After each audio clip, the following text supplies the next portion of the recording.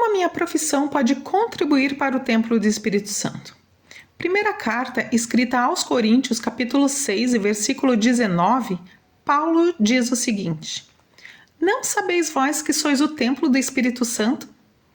Eu sou Regina Correia, psicóloga clínica, e o tema proposto para hoje foi falar sobre autocuidado, que são práticas individuais de cuidados consigo mesmo. Por exemplo, saúde, vida social, espiritual, sentimental são apenas alguns desses cuidados.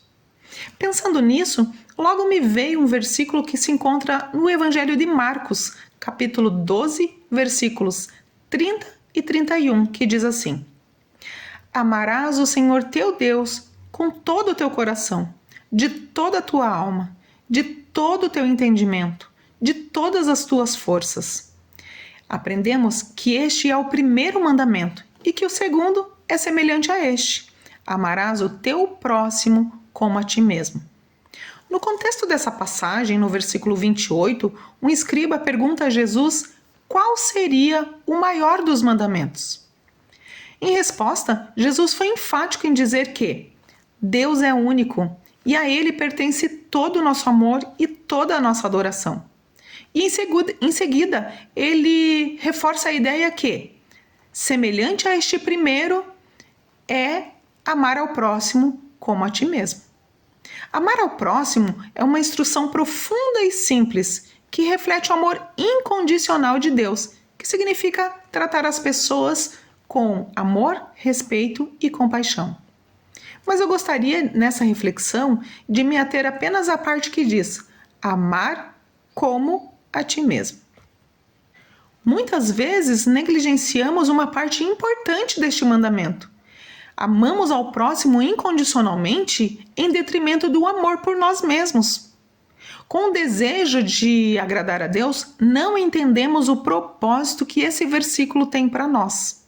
Somos condicionados a esquecer de nós mesmos e nos colocar em segundo plano, contrariando o que Jesus disse. Semelhante a este primeiro mandamento é amar ao próximo como amamos a nós mesmos. Mas veja, ao cumprir este mandamento de uma forma integral, ou seja, tendo amor próprio, estaremos aptos a amar, cuidar, respeitar e ter compaixão pelo próximo. Mas será que agindo assim eu não estarei sendo egoísta? O que a Bíblia fala? Em Filipenses capítulo 2, versículo 3, apenas a parte A diz assim: Nada façam por ambição egoísta ou por vaidade. Então sim, o egoísmo ele é pecado, porque ele nos afasta de Deus. O egoísta, ele busca incessantemente a realização dos próprios desejos sem considerar a Deus e sem considerar as outras pessoas. Em Filipenses 2:4, ele continua dizendo assim: Cada um cuide não somente dos seus próprios interesses, mas também dos interesses dos outros. Quando nós cuidamos dos nossos interesses, considerando os interesses das outras pessoas, não estamos sendo egoístas. O que a Bíblia fala sobre o amor próprio? Primeira carta a Timóteo, capítulo 4, versículo 16, Paulo diz o seguinte: Cuide de ti mesmo e da doutrina, porque fazendo assim, Deus o abençoará e o usará para abençoar os outros. Então, com base nesses versículos, nós entendemos a necessidade de cuidar de nós mesmos, para aí sim sermos capazes de cuidar do próximo, como ensina a palavra. Existem muitas coisas que nos impedem de ter uma vida saudável. A vida moderna exige muito de nós e nos sentimos exaustos. A psicologia nos ajuda a entender como o nosso estado emocional e psicológico influenciam nossos comportamentos. Então, separei alguns pontos que achei importante para trazer para essa reflexão.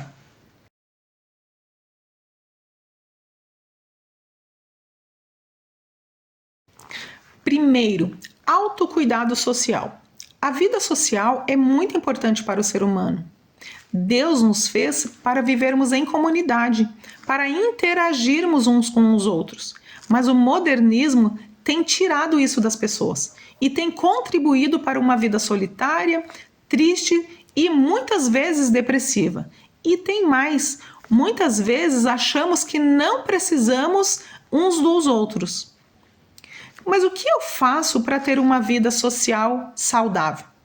Devemos cultivar bons amigos, ter tempo para a família, não só tempo, mas tempo de qualidade com os filhos, com o cônjuge, conviver com pessoas bem-humoradas, agradáveis e divertidas. Quando nós ficamos perto, de pessoas que nos colocam para baixo, pessoas que gostam de ridicularizar as outras pessoas, essas não são boas companhias. E muito provavelmente, no contato e na convivência com essas pessoas, acabamos nos tornando iguais a ela.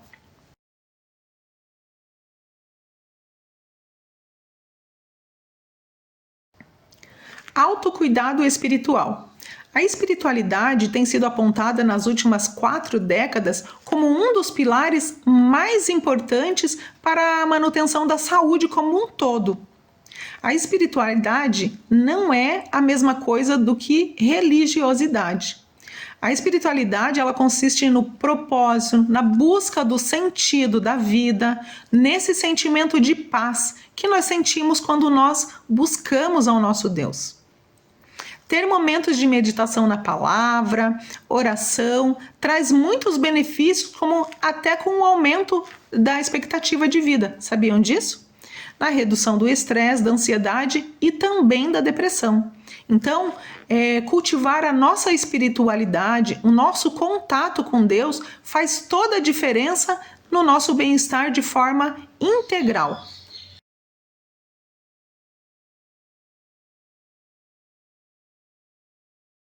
O próximo, autocuidado emocional, que é entender as suas próprias emoções, que é acolher os seus próprios sentimentos, saber quais gatilhos emocionais ativam determinadas emoções. Para isso, o autoconhecimento é fundamental e um psicólogo poderá ajudar nesse processo. Algumas perguntas são bem importantes para você entender o que eu estou falando. O que faz você sentir raiva? Por que determinados assuntos trazem esses sentimentos? O que te faz sentir medo? Por que sente medo dessa situação específica? Fazendo essas perguntas, vão fazer com que você traga isso para a consciência e consiga lidar melhor com essas situações.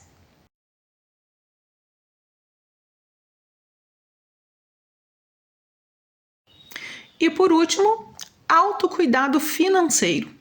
Pessoas que têm uma vida financeira desregrada sofrem muito com estresse e com ansiedade. O cuidado com as finanças é indispensável para o bem-estar. E não estamos falando apenas de saber economizar, mas saber como receber o dinheiro. Para isso, é necessário construir uma carreira que lhe traga satisfação profissional. Buscar bons cursos, áreas do seu interesse.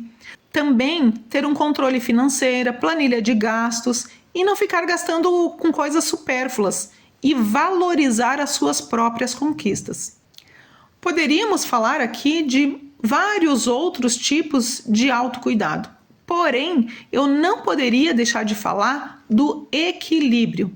Devemos recuperar o controle de nossas vidas, priorizando aquilo que verdadeiramente é importante e aprendendo a dizer não às demandas que nos sobrecarregam. Colocar Deus no ponto central de tudo e construir as nossas prioridades a partir daí. Respeitar os limites e as escolhas dos outros, sem impor as nossas expectativas sobre eles. Exercitar o contentamento e a gratidão, que são pontos-chave para a saúde e bem-estar. Que possamos encontrar paz e saúde através do autoconhecimento, do autocuidado. Sabemos que somos chamados para viver uma vida equilibrada e significativa na presença de Deus. Gostaria de agradecer a participação desse trabalho e espero ter contribuído para a vida de cada um. Deus abençoe a todos.